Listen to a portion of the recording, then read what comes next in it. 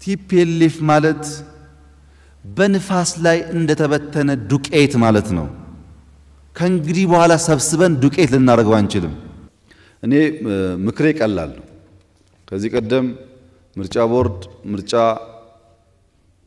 አራዝማለሁ ሲል ብዙዎቻችን ስንስማማ ቲፒኤልኤፍ አልስማማም ብሎ የገባንበት ቀውስ ይታወሳል። ምን ያክል ሰው እንደወደመ ምን ያክል ሀብት እንደወደመ መገመት ትችላላችሁ።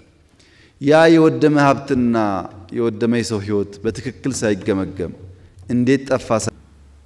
እሱን ትተን አዲስ ኃይል አዲስ የተማረ አሁን ያለውን ዘመን የሚዋጅ አስተሳሰብ መምራት የሚችሉ ሰዎች መፍጠር ይቻላል። ትግራይ ውስጥ በጣም ብዙ ሰዎች አሉ፣ ብዙ ምሁራን አሉ፣ ብዙ ሰዎች አሉ።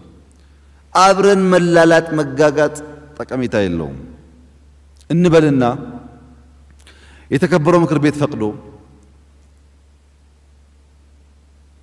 መንግስትንም እረፍ ብላችሁ እዛ የተሸሸጉ አንዳንድ ሰዎች መጥተው መንግስት ይሁኑ ቢባል እና መቀሌ ቢመለሱ በምን አይናቸው ነው ሚዲያ ላይ ቀርበው እንደ ትናንትና መናገር የሚችሉት? መልካቸው ስለተበላሸ ብቻ በኢትዮጵያ የሚኖሩ ሙስሊሞች አትበሉን። እኛ በኢትዮጵያ የምንኖር ሳይሆን ኢትዮጵያዊ ሙስሊሞች ነን።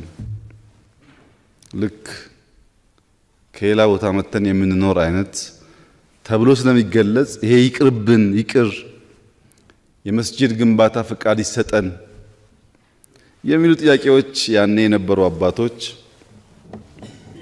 ከፍተኛ ንቅናቄ አንስተው ጥያቄ